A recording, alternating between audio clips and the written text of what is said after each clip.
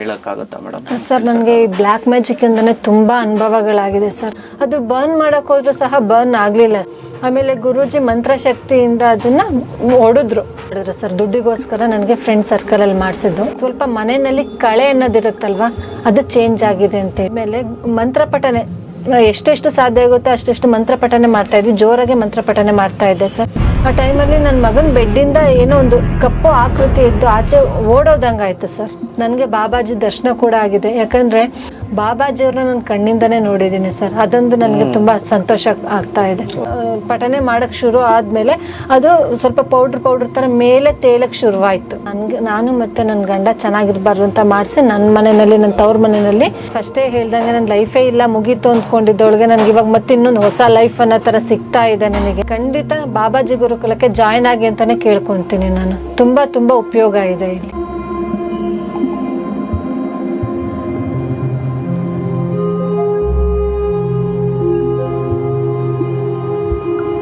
Madam, ನಿಮಗೆ ಇದನ್ನ ಬಿಟ್ಟು ಬೇರೆ ಇನ್ಯಾವುದಾದ್ರೂ ಒಂದು ಅನುಭವ ಆಗಿದೆಯಾ? ಬ್ಲ್ಯಾಕ್ ಮ್ಯಾಜಿಕ್ ಇಂದ ತೊಂದರೆ ಪಟ್ಟಿರುವಂತದ್ದು ಯಾವ್ದನ್ನ ಹೇಳಕ್ಕಾಗತ್ತಾ ಮೇಡಮ್? ಸರ್, ನನಗೆ ಈ ಬ್ಲ್ಯಾಕ್ ಮ್ಯಾಜಿಕ್ ಇಂದಾನೆ ತುಂಬಾ ಅನುಭವಗಳಾಗಿದೆ ಸರ್.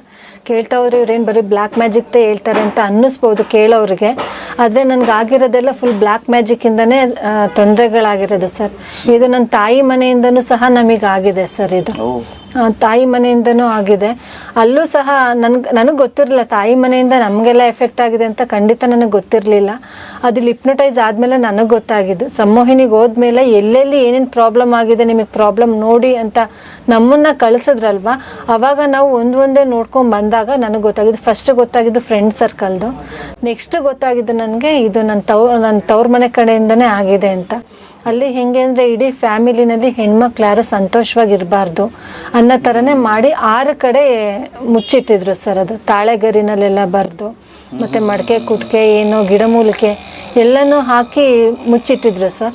ಅಲ್ಲಿ ಅದನ್ನು ನಾನು ಇಲ್ಲೇ ಕೂತ್ಕೊಂಡು ನಾನು ರಿಮೂವ್ ಮಾಡಿದ್ದೀನಿ ಸರ್. ಅದನ್ನು ಗುರೂಜಿ ಹೇಳ್ತಾ ಹೋದ್ರು ಎಲ್ಲೆಲ್ಲಿ ಇದೆ ನೋಡ್ಕೊಂಡ್ ಬನ್ನಿ ಅಂತ. ಅದು ನೋಡಿದಾಗ ನನಗೆ ಒಂದು ಕಡೆ 6 ಕಡೆ ಇಟ್ಟಿರೋದು ಕಾಣಿಸ್ತು. ಒಂದೊಂದು ಕಡೆ ಕಾಣಿಸ್ತು. ಅದು ಒಂದೇ ಕಡೆ ಇದೆಯಾ, ಬೇರೆ ಎಲ್ಲರೂ ಇದೆಯಾ ನೋಡ್ಕೊಂಡು ಬನ್ನಿ ಅಂತ ಹೇಳಿದ್ರು ಗುರೂಜಿ. ಅವ್ರು ನನಗೆ ಎಷ್ಟು ಟೈಮ್ ಕೊಟ್ಟಿದ್ರೋ ಗೊತ್ತಿಲ್ಲ. ನಾನು ನೋಡ್ಕೊಂಡು ಬಂದು ಎಲ್ಲೆಲ್ಲಿದೆ ಅಂತ ಎಲ್ಲ ಹೇಳಿದೆ. ಸರಿ, ಅದನ್ನೆಲ್ಲ ಬರ್ನ್ ಮಾಡೋಣ ಅಂತ ಹೇಳಿದ್ರು ಗುರೂಜಿ.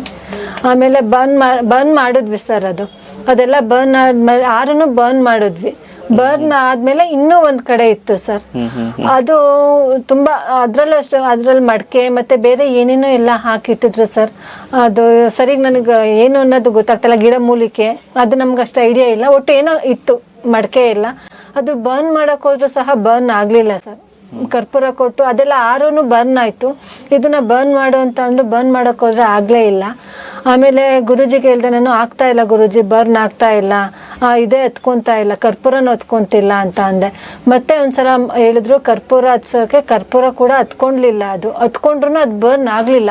ಆಮೇಲೆ ಗುರೂಜಿ ಮಂತ್ರಶಕ್ತಿಯಿಂದ ಅದನ್ನ ಹೊಡೆದ್ಮೇಲೆ ಅದು ಫುಲ್ ಪೀಸ್ ಆಗೋಗಿದ್ದನ್ನ ನಾನು ಕಣ್ಣಿಂದನೇ ನೋಡಿದ್ದೀನಿ ಸರ್. ಅದು ಪೀಸ್ ಆದ್ಮೇಲೆ ಮತ್ತೆ ನನ್ನ ಕೈಯಿಂದ ಕರ್ಪೂರ ಕೊಟ್ಬಿಟ್ಟು ಹಾಕಿ ಅದನ್ನ ಬರ್ನ್ ಮಾಡಿಸಿದ್ರು. ಫುಲ್ಲು ಸುಟ್ಟೋಯ್ತು, ಭಸ್ಮ ಆಗಿದ್ದು ಕೂಡ ನಾನು ನೋಡಿದೆ ಸರ್. ಅದಾದ್ಮೇಲೆ ನನ್ನ ತವ್ರ ಮನೆಯಲ್ಲೂ ನಾನು ಕೇಳಿದೆ ಹೆಂಗಿದೆ ಅಂತ. ಸ್ವಲ್ಪ ಮನೆಯಲ್ಲಿ ಕಳೆ ಅನ್ನೋದಿರುತ್ತಲ್ವಾ, ಅದು ಚೇಂಜ್ ಆಗಿದೆ ಅಂತ ಹೇಳಿದ್ರು. ಇವಾಗ ಮನೆಯಲ್ಲಿ ದೈವಿ ಕಳೆ ಇರೋದಕ್ಕೂ ಕೆಟ್ಟ ಕಳೆ ಇರೋದಕ್ಕೂ ನಮಗೆ ಡಿಫ್ರೆನ್ಸ್ ಗೊತ್ತಾಗುತ್ತೆ. ಆ ಡಿಫ್ರೆನ್ಸ್ ಅಲ್ಲಿ ಗೊತ್ತಾಗಿದೆ ಸರ್. ಸ್ವಲ್ಪ ಕಳೆ ಚೇಂಜ್ ಆಗಿದೆ ಅಂತ ಹೇಳಿದ್ರು. ಇನ್ನು ಜಸ್ಟ್ ಇದು 1 ಸಲ ಬಂದಿದ್ದಷ್ಟೇ. ಇನ್ನು ಬೇರೆ ಏನಿದೆ ಏನು ಗೊತ್ತಿಲ್ಲ ನನಗಲ್ಲಿ. ಬರೀ 1 ಸಲ ಬಂದು ಇದು ನೋಡಿದ್ದಕ್ಕೆ ಇಷ್ಟ ಆಗಿದೆ ಸರ್. ಅಂದ್ರೆ ಏನಕ್ಕೆ ಪದೇ ನಿಮ್ಮ ಮೇಲೆ ಬ್ಲ್ಯಾಕ್ ಮ್ಯಾಜಿಕ್ ಮಾಡಿಸ್ತಾ ಇದ್ದಾರೆ ಅಂದ್ರೆ ಅದ್ರ ಬಗ್ಗೆ ಏನಾನ ತಿಳಿತಾ ಮೇಡಮ್? ಸರ್, ನಾನು ಸ್ವಲ್ಪ ಅಮೌಂಟ್ ಎಲ್ಲ ಇಟ್ಕೊಂಡಿದ್ದೆ. ಆ ಅಮೌಂಟಿಗೋಸ್ಕರ ನಾನು ಅಮೌಂಟ್ ಕೊಡ್ತಾ ಇದ್ದೆ ಕೆಲವರಿಗೆಲ್ಲ. ಅಮೌಂಟ್ ಕೊಡಬಾರ್ದು, ಕೇಳಬಾರ್ದು ಅನ್ನೋದು ಸ್ವಲ್ಪ ಫ್ರೆಂಡ್ ಸರ್ಕಲಲ್ಲಿ ಆಗಿದ್ದು. ಪ್ಲಸ್ ಇನ್ನೊಂದು ಎಲ್ರಿಗೂ ಏನನ್ಸುತ್ತೇನೋ ಗೊತ್ತಿಲ್ಲ, ನನ್ನ ಹಸ್ಬೆಂಡ್ ವಿಷಯಕ್ಕೂ ಸಹ ಆಯಿತು. ಹಸ್ಬೆಂಡ್ ತುಂಬ ಚೆನ್ನಾಗಿ ನೋಡ್ಕೊತಾರೆ. ಅದು ಕೂಡ ಆಯಿತು. ನಮ್ಮ ಜೊತೆ ಮಾತಾಡ್ಸಲ್ಲ. ಕೆಲವರು ಇರ್ತಾರಲ್ಲ ಸರ್ ಲೇಡೀಸ್, ಬೇರೆ ಗಂಡಸರ ಮೇಲೆಲ್ಲ ಕಣ್ಣು ಹಾಕೋದು ಆ ಥರ ಎಲ್ಲ. ಹಾಗಾಗಿ ಇವ್ರು ಯಾರನ್ನು ಮಾತಾಡ್ಸಲ್ಲ. ಏನು ಅವ್ರ ಹೆಂಡ್ತಿನೇ ತ್ರಿಪುರ ಸುಂದ್ರಿನ ಅನ್ನೋ ಥರ ಎಲ್ಲರಿಗೂ ಕಟ್ಕೊಂಡವ್ರಿಗೆ ಅವ್ರ ಹೆಂಡ್ತಿನೇ ತ್ರಿಪುರ ಸುಂದರಿ ಆಗಿರ್ತಾರೆ, ಆದರೆ ಅವ್ರಿಗೆ ಏನು ಅನ್ನಿಸ್ತೋ ಗೊತ್ತಿಲ್ಲ. ಅದಕ್ಕೋಸ್ಕರ ಇದು ಮಾಡಿದ್ರು ಸರ್, ದುಡ್ಡಿಗೋಸ್ಕರ ನನಗೆ ಫ್ರೆಂಡ್ ಸರ್ಕಲಲ್ಲಿ ಮಾಡಿಸಿದ್ದು. ಊರಲ್ಲಿ ಅಂತ ಅಂದರೆ ಕೆಲವರು ನಮ್ಮ ತಂದೆಯವರು ಸ್ವಲ್ಪ ಆಸ್ತಿ ಎಲ್ಲ ತೊಗೊಂಡಿದ್ರು ಸರ್. ಆ ಆಸ್ತಿನ ಮಾರಿರೋರು ನಮಗೆ ಮಾಡಿಸಿದ್ದು. ಅವರ ಯಜಮಾನ್ರು ಮಾರಿದ್ದಾರೆ, ಅವ್ರ ಹೆಂಡತಿ ಮಾಡಿರೋದು. ಮತ್ತು ಇನ್ನೊಂದೇನು ಅಂತ ಅಂದರೆ ನಮಗೆ ತುಂಬ ಹತ್ರದವ್ರೆ ನಮ್ಮ ದೊಡ್ಡಪ್ಪನ ಸೊಸೆ, ಅವರು ನಾನು ಮತ್ತು ನನ್ನ ಗಂಡ ಚೆನ್ನಾಗಿರ್ಬಾರ್ದು ಅಂತ ಮಾಡಿಸಿ ನನ್ನ ಮನೆಯಲ್ಲಿ, ನನ್ನ ತವ್ರ ಮನೆಯಲ್ಲಿ ಕೂತಿರೋದು. ನನ್ನ ತವ್ರ ಮನೆ ಕಡೆಯಿಂದನೂ ನನಗೆ ಯಾವುದೇ ಸಪೋರ್ಟ್ ಸಿಗಬಾರ್ದು ಅನ್ನೋ ದೃಷ್ಟಿಯಿಂದ ಅದು ನೂತಿರೋದು. ನಮ್ಗಲ್ಲೊಂದು ಸ್ವಲ್ಪ ಹೆಸರಿತ್ತು ರಿಲೇಷನ್ನಲ್ಲಿ, ಪ್ರತಿಯೊಂದರಲ್ಲೂ ಊರಲ್ಲಿ ಪ್ರತಿಯೊಂದರಲ್ಲೂ ಇವರು ಅಂದರೆ ಹಿಂಗೆ ಅನ್ನೋ ಥರ ಹೆಸರಿತ್ತು. ನಾವು ಹೋಗ್ತೀವಿ ಅಂದ್ರೇ ಒಂದು ಸ್ವಲ್ಪ ಊರವ್ರೆ ವೆಯ್ಟ್ ಮಾಡೋ ಥರ ಇವ್ರು ಬರ್ತಾರೆ ಅನ್ನೋ ಥರ ನನಗೆ ನಮ್ಮ ಯಜಮಾನ್ರಿಗೆ ಇಬ್ರಿಗೂ ಹೆಸರಿತ್ತು. ಸೊ ಅದನ್ನ ನೋಡಿ ಸಹಿಸೋಕ್ಕಾಗ್ದಿರ ಅವ್ರ ಮಗಳು ಮದುವೆ ಆಗಿ ಸರಿ ಸಂಸಾರ ಮಾಡಿದ್ರೆ ಗಂಡನ ಬಿಟ್ಬಿಟ್ಟು ಬಂದು ಇನ್ನೊಂದು ಸೆಕೆಂಡ್ ಮ್ಯಾರೇಜ್ ಮಾಡ್ಕೊಂಡ್ರು. ಆದರೆ ಗೊತ್ತಲ್ಲ, ಒಬ್ಬರೇ ಅಡ್ಜಸ್ಟ್ ಮಾಡ್ಕೊಳಕ್ಕಾಗಲ್ಲ, ಸಂಸಾರ ಆದಮೇಲೆ ಇಬ್ಬರು ಅಡ್ಜಸ್ಟ್ಮೆಂಟ್ ಇರಬೇಕು. ಆದರೆ ನಮ್ಮಲ್ಲಿ ಅದಿದೆ, ಯಾಕಂದರೆ ನಮ್ಮ ತಂದೆ ತಾಯಿಗೆ ಕೊಟ್ಟಿರೋ ಸಂಸ್ಕಾರ ಅನಿಸುತ್ತೆ. ಅವ್ರು ಹೇಳ್ತಾ ಇದ್ರು ಯಾವುದೇ ಕಾರಣಕ್ಕೂ ಗಂಡನ ಬಿಟ್ಬಿಟ್ಟು ಬರಬಾರ್ದು ಅಂತ. ಇವತ್ತು ನಾವು ಒಬ್ಬರೇ ಊರಿಗೆ ಹೋದರೆ ಒಬ್ಬರೇ ಬರಬೇಡ್ರಿ, ಬಂದರೆ ಜೊತೇಲಿ ಬನ್ನಿರಿ ಅಂತಲೇ ನನ್ನ ಫ್ಯಾಮಿಲಿಲಿ ಹೇಳೋದು. ಹಾಗಾಗಿ ನಾವು ಅವಾಗಿಂದನೂ ಕಷ್ಟ ಸುಖ ಜಗಳ ಎಲ್ಲರ ಮನೇಲೂ ಜಗಳ ಇದ್ದಿದ್ದೆ. ಏನೇ ಆದರೂ ಅಡ್ಜಸ್ಟ್ ಮಾಡ್ಕೊಂಡು ನಾವು ಹೋಗ್ತಾ ಇದ್ವಿ. ಸೊ ಅದು ಅವ್ರಿಗೆಲ್ಲ ಏನು ಅನ್ನಿಸ್ತೋ, ಇವ್ರು ಜಗಳನೇ ಆಡಲ್ಲ, ನಾವು ಜನಗಳ ಮುಂದೆ ಎಲ್ಲ ಜಗಳ ಆಡೋಕ್ಕಾಗಲ್ಲ ಅಲ್ವಾ, ಎಲ್ಲಾದರೂ ಹೋದರೆ ನಾವು ಚೆನ್ನಾಗಿದ್ದೀವಿ ಅಂತಲೇ ತೋರಿಸ್ಕೋಬೇಕು. ಸೊ ಇವ್ರಿಗೇನು ಅನ್ನಿಸ್ತು, ಇವ್ರು ಜಗಳನೇ ಆಡಲ್ಲ, ಚೆನ್ನಾಗಿದ್ದಾರೆ, ಗಂಡ ಚೆನ್ನಾಗಿ ನೋಡ್ಕೊಂಡಿದ್ದಾನೆ, ಅದು ಬಂತು. ಇವಾಗ ಜಗಳ ಆಡೋದಂದ್ರೆ ನಮ್ಮ ಅಮ್ಮನ ಮನೇಲಿ ಗೊತ್ತಿರುತ್ತೆ, ಊರವ್ರಿಗೆಲ್ಲ ಗೊತ್ತಿರಲ್ಲ. ಸೊ ಅವ್ರ ಮನೇಲಿ ಜಗಳ ಆಡೋದು ಅವ್ರ ಅಮ್ಮಂಗೆ ಗೊತ್ತಿರುತ್ತೆ. ಇವ್ರಿಗೇನು ಅನ್ನಿಸ್ತು, ಇವ್ರು ಜಗಳ ಆಡಲ್ಲ, ಗಂಡ ಹೆಂಡತಿ ಚೆನ್ನಾಗಿದ್ದಾರೆ, ದೂರ ಆಗಬೇಕು. ಇವಾಗ ನಮ್ಮ ಮನೆಯಲ್ಲಿ ನನ್ನ ಗಂಡ ಕೆಲ್ಸಕ್ಕೆ ಹೋಗಿ ದುಡಿದ್ರೆ ವ್ಯವಹಾರ ಎಲ್ಲ ನಂದೇ ಸರ್, ನಾನೇ ನೋಡ್ಕೋಬೇಕಿತ್ತು ವ್ಯವಹಾರ ಎಲ್ಲ. ಅವ್ರು ದುಡಿದು ತಂದು ಕೊಡೋದಷ್ಟೇ ಅವ್ರದ್ದು. ಏನಿದ್ರು ಮನೆ ಜವಾಬ್ದಾರಿ ನಿಂದು, ಮನೆಯೆಲ್ಲ ನಾನೇ ಮೇಂಟೈನ್ ಮಾಡ್ತಾ ಇದ್ದಿದ್ದು. ಸೊ ಇವಾಗ ನನ್ನ ಗಂಡಂಗೆ ನನ್ನ ಮೇಲೆ ಅನುಮಾನ ಬಂದರೆ, ನನ್ನ ಮೇಲೆ ಬ್ಯಾಡ್ ಇಂಪ್ರೆಷನ್ ಬಂದರೆ ನನ್ನನ್ನು ದೂರ ಮಾಡ್ತಾರಲ್ವಾ, ನನ್ನನ್ನು ಬಿಟ್ಬಿಡ್ತಾರಲ್ವಾ ಅನ್ನೋ ಇಂಟೆನ್ಷನಲ್ಲಿ ಅವರು ನನಗೆ ಜಾಸ್ತಿ ಬ್ಲ್ಯಾಕ್ ಮ್ಯಾಜಿಕ್ ಮಾಡಿಸಿರೋದು.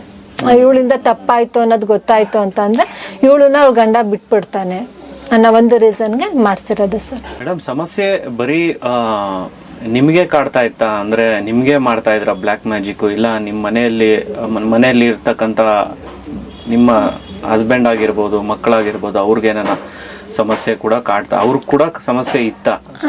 ಸರ್, ನಾವೆಲ್ಲರೂ ಸಫರ್ ಮಾಡಿದ್ದೀವಿ ಅಂತ ಹೇಳ್ಬೋದು. ಇವಾಗ ನೀವು ನಿಮ್ಮ ಹಸ್ಬೆಂಡ್ಗೆ ನಿಮ್ಮ ಮಕ್ಕಳಿಗೆ ಇತ್ತ ಅಂತ ಕೇಳಿದ್ರೆ ಇದಕ್ಕೆ ಇನ್ನೊಂದು ಎಕ್ಸಾಂಪಲ್ ಕೊಡ್ತೀನಿ ಸರ್. ನನ್ನ ಮಗನಿಗೂ ಸಹ ಇದು ಪ್ರಾಬ್ಲಮ್ ಇತ್ತು. ಪ್ರಾಬ್ಲಮ್ ಅಂದ್ರೆ ಹೆಂಗೆ ಅಂದ್ರೆ ಅವನು ಫುಲ್ ಡಲ್ ಆಗಿರ್ತಾ ಇದ್ದ, ರೂಮ್ ಒಳಗಡೆ ಸೇರ್ಕೊಂಡ್ಬಿಡವನು ಸರ್. ನಮ್ಮ ಜೊತೆನೆ ಸಹ ಅವನು ಮಾತಾಡ್ತಾ ಇರ್ಲಿಲ್ಲ. ರೂಮಲ್ಲಿ ಸೇರ್ಕೊಂಡ ಅಂದ್ರೆ ಊಟಕ್ಕೂ ಸಹ ನಮ್ಮ ಜೊತೆ ಸೇರ್ತಾ ಇರಲಿಲ್ಲ, ಊಟನೂ ತಗೊಂಡೋಗಿ ರೂಮಲ್ಲೇ ಇದು ಮಾಡೋನು.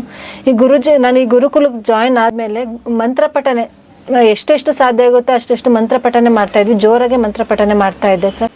ಒಂದು ಟೈಮಲ್ಲಿ ಮಂತ್ರ ಪಠನೆ ಮಾಡಿದ್ದೆ, ಅಮಾವಾಸ್ಯೆ ಹುಣ್ಣಿಮೆ ಟೈಮ್ ಅಂದ್ಕೊಂತೀನಿ ನಾನು. ಆ ಟೈಮಲ್ಲಿ ನನ್ನ ಮಗನ ಬೆಡ್ಡಿಂದ ಏನೋ ಒಂದು ಕಪ್ಪು ಆಕೃತಿ ಇದ್ದು ಆಚೆ ಓಡೋದಂಗಾಯ್ತು ಸರ್. ಆದರೆ ಏನನ್ನೋದು ಗೊತ್ತಿಲ್ಲ. ಅದು ಆಚೆ ಓಡೋದ್ಮೇಲೆ ನನ್ನ ಮಗ ಸ್ವಲ್ಪ ಚೇಂಜಸ್ ಆಗಿದ್ದಾನೆ, ಅವನಲ್ಲಿ ಸ್ವಲ್ಪ ಆಕ್ಟಿವ್ನೆಸ್ ಬಂದಿದೆ, ನಮ್ಮ ಜೊತೆ ಕುತ್ಕೊಂಡು ಮಾತಾಡ್ತಾನೆ ಸರ್. ಅವನದೊಂದು ಹಂಗೆ ಆಯಿತು. ಮತ್ತು ನನ್ನ ಹಸ್ಬೆಂಡ್ ಒಂದು ಹೇಳ್ಬೇಕು, ಅವ್ರದ್ದು ಅಷ್ಟೇ ಫ್ರೆಂಡ್ ಸರ್ಕಲಲ್ಲೇ ಆಗಿರೋದು. ಅವ್ರು ಕೆಲಸ ಮಾಡೋ ಜಾಗದಲ್ಲಿ ಅವ್ರಿಗೆ ಒಂದು ಒಳ್ಳೆ ಸ್ಥಾನ, ಒಳ್ಳೆ ಗೌರವ ಇತ್ತು ಅಲ್ಲಿ ಅಂತ ಹೇಳ್ಬಿಟ್ಟು ಜೊತೆಯಲ್ಲಿ ಇದ್ದವ್ರೆ ಕಾಫಿನಲ್ಲಿ ಏನೋ ಭಸ್ಮ ಥರ ಏನೋ ಮಿಕ್ಸ್ ಮಾಡಿ ಕೊಟ್ಟಿದ್ರು ಸರ್. ಅದನ್ನು ನಾನು ಹಿಪ್ನೋಟೈಸಲ್ಲೇ ನೋಡಿದ್ದು. ಯಾಕಂದ್ರೆ ಅವ್ರಿಗೆ ಎಲ್ಲೇ ಕೆಲ್ಸಕ್ಕೆ ಹೋದ್ರೂ ಸರಿ ಹೋಗ್ತಾ ಇರಲಿಲ್ಲ. 3 ತಿಂಗಳಿಗೂ ಕೆಲ್ಸದ ಪ್ರಾಬ್ಲಮ್ ಆಗ್ತಾನೆ ಇತ್ತು. ಸೊ ಹಂಗಾಗಿ ಇಲ್ಲಿ ಹಿಪ್ನೋಟೈಸಲ್ಲಿ ನಾವು ಕೇಳಿದ್ವಿ ಏನಾಗಿರ್ಬೋದು ನೋಡೋಣ. ಇವ್ರು ಕೇಳಿದ್ರು, ನಂದು ನೋಡ್ಬೋದಾ ನೋಡೋಣ ಅಂತ ಕೇಳಿದಾಗ ನಮ್ಗೆ ಅದ್ರಲ್ಲಿ ಗೊತ್ತಾಗಿದ್ದು.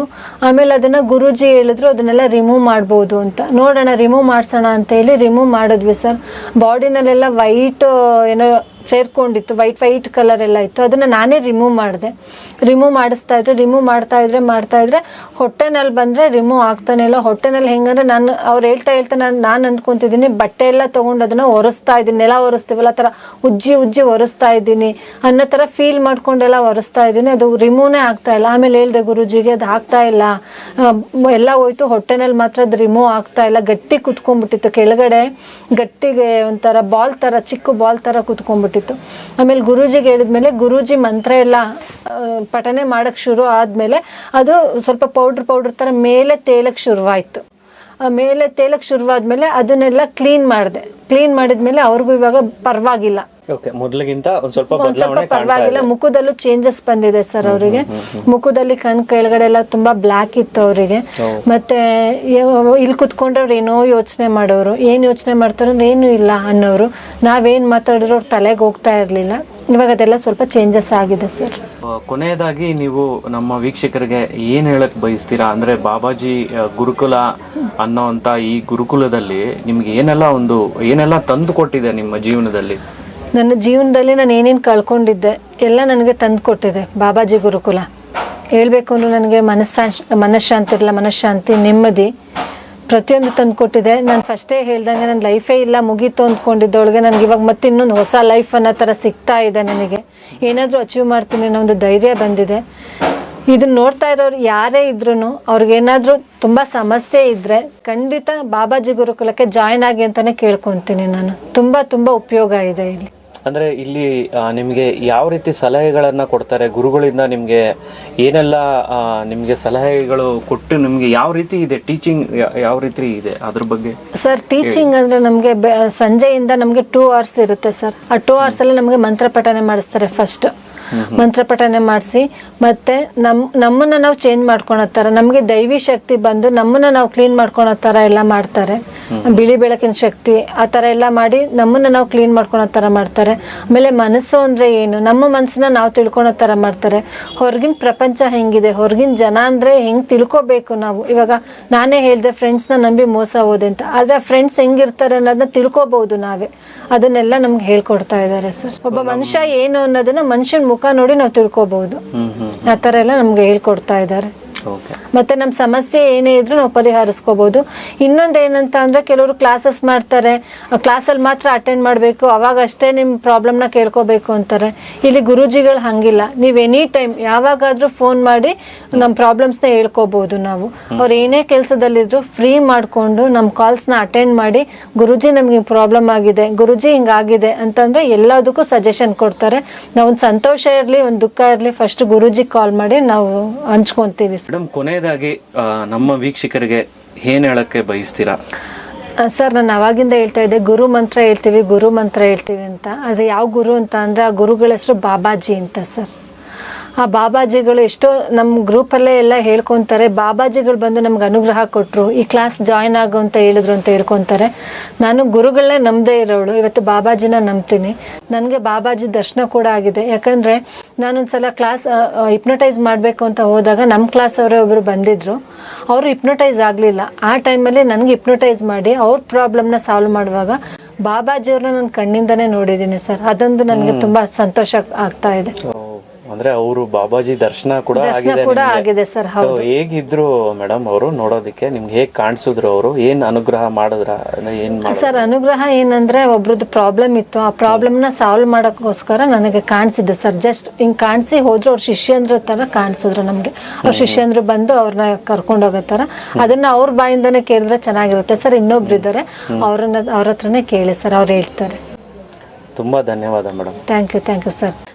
ಇದ್ರ ಮುಖಾಂತರ ನಾನು ಏನು ಹೇಳ್ತೀನಿ ಅಂದರೆ ಕುಶಾಲ್ ಗುರೂಜಿ ಅವ್ರಿಗೆ ತುಂಬ ಥ್ಯಾಂಕ್ಸ್ ಹೇಳಕ್ಕೆ ಇಷ್ಟಪಡ್ತೀನಿ. ಯಾಕಂದರೆ ಎಲ್ಲರೂ ನಾವೆಲ್ಲೇ ಕೇಳೋಕೆ ಹೋದ್ರೂ ಗುರುದಕ್ಷಿಣೆ ಅನ್ನೋದಕ್ಕಿಂತ ಫೀಸ್ ಅಂತ ಹೇಳಬೇಕು. ನಾವು ಇದನ್ನು ಫೀಸ್ ಥರ ಮಾಡ್ಕೊಂಡಿದ್ದಾರೆ, ಸ್ಕೂಲ್ ಫೀಸ್ ಥರ. ಅವ್ರು ಫೀಸ್ ಅಂತ ಇಸ್ಕೊತಾರೆ, ಅದು ಫಸ್ಟ್ ನೀವು ಸರಿ ಹೋಗಿ ಅಂತ ಹೇಳ್ತಾರೆ. ಇವತ್ತು ನಾನು ಇಷ್ಟೆಲ್ಲ ಚೆನ್ನಾಗಿ ಖುಷಿಯಾಗಿ ನೆಮ್ಮದಿಯಾಗಿ ಇರೋದಕ್ಕೆ ನಾನು ಕುಶಾಲ್ ಗುರೂಜಿಯವರೇ ಕಾರಣ. ನಾನು ಅವ್ರಿಗೆ ತುಂಬ ಹೃದಯದ ಧನ್ಯವಾದಗಳನ್ನ ಅರ್ಪಿಸ್ತೀನಿ. Thank you Guruji, thank you so much. ವೀಕ್ಷಕರೇ, ನೋಡಿದ್ರಲ್ಲ ನೀವು, ಇಷ್ಟೊತ್ತು ರೂಪಶ್ರೀ ಅವರು ಅವರ ಒಂದು ಜೀವನದಲ್ಲಿ ಎಷ್ಟೆಲ್ಲ ಈ ಒಂದು ಸಂಮೋಹಿನಿ ವಿದ್ಯೆ ಅನ್ನೋದು ಎಷ್ಟೆಲ್ಲ ಒಂದು ಚೇಂಜಸ್ನ ತಂದುಕೊಟ್ಟಿದೆ ಅಂತ. ಅಷ್ಟು ಕಷ್ಟ ಇದ್ರೂ ಸಹ ಆ ಕಷ್ಟದಲ್ಲೂ ಸಹ ಅವರು ಒಂದು ಜೀವನದ ಮೇಲೆ ಒಂದು ಇದು ಕಳ್ಕೊಳ್ಳದೆ ಅವರು ಒಂದು ಬಾಬಾಜಿ ಅವ್ರನ್ನ ನಂಬ್ಕೊಂಡು ಕುಶಾಲ್ ಗುರುಜಿನ ಭೇಟಿಯಾಗಿ ಅವರಿಂದ ಸಾಕಷ್ಟು ತಿಳ್ಕೊಂಡು ಸಂಮೋಹಿನಿ ವಿದ್ಯೆಯನ್ನು ಕಲಿತು ಅವರೇ ಸ್ವತಃ ತಮ್ಮ ಸಮಸ್ಯೆನ ಅವರೇ ನೋಡಿಕೊಂಡು ಗುರೂಜಿ ಮುಖಾಂತರ ಒಂದು ಸಮಸ್ಯೆಗೆ ಪರಿಹಾರ ಕಂಡುಕೊಂಡಿದ್ದಾರೆ. ಇದೇ ರೀತಿಯಲ್ಲಿ ಈ ಬಾಬಾಜಿ ಗುರುಕುಲದಲ್ಲಿ ಇದೇ ರೀತಿಯಾಗಿ ಹಲವಾರು ಅವರ ವಿದ್ಯಾರ್ಥಿಗಳು ಈ ಒಂದು ಗುರುಕುಲದಲ್ಲಿ ಕಲಿತು ಸಂಮೋಹಿನಿಗೆ ಒಳಪಟ್ಟು ಅವರ ಸಮಸ್ಯೆನ ಅವರೇ ಒಂದು ಪರಿಹರಿಸಿಕೊಳ್ಳುವಂಥ ಒಂದು ಎಷ್ಟೋ ಜನ ವಿದ್ಯಾರ್ಥಿಗಳನ್ನು ನಮ್ಮ ಒಂದು ಚಾನಲಲ್ಲಿ ಇನ್ನೂ ಮುಂದಿನ ಸಂಚಿಕೆಯಲ್ಲಿ ಇದೇ ರೀತಿಯಾಗಿ ಹಲವಾರು ವಿದ್ಯಾರ್ಥಿಗಳನ್ನು ನಮ್ಮ ಚಾನಲಲ್ಲಿ ಅವರ ಸಮಸ್ಯೆಯನ್ನು ಹೇಳಿಕೊಳ್ಳುವಂಥ ಒಂದು ಕಾರ್ಯಕ್ರಮನ ಈ ಸಂಚಿಕೆಯನ್ನು ಹೀಗೆ ನಾವು ಮುಂದುವರಿಸ್ಕೊಂಡು ಹೋಗ್ತೀವಿ. ಎಲ್ಲ ಒಂದು ಸಂಚಿಕೆಯನ್ನು ನೀವು ನೋಡ್ತಾ ಬನ್ನಿ. ಅದರಿಂದ ನೀವು ಎಷ್ಟೋ ಒಂದು ವಿಷಯನ ನೀವು ಕೂಡ ತಿಳ್ಕೊತೀರಾ ಅಂತ ಈ ಮೂಲಕ ನಾನು ಬಯಸ್ತೇನೆ. ಇನ್ನು ಮುಂದಿನ ವಿಡಿಯೋದಲ್ಲಿ ಯಾರು ಬಂದು ಅವರ ಸಮಸ್ಯೆನ ಹೇಳ್ತಾರೆ ಅನ್ನೋದನ್ನು ನೋಡೋಣ.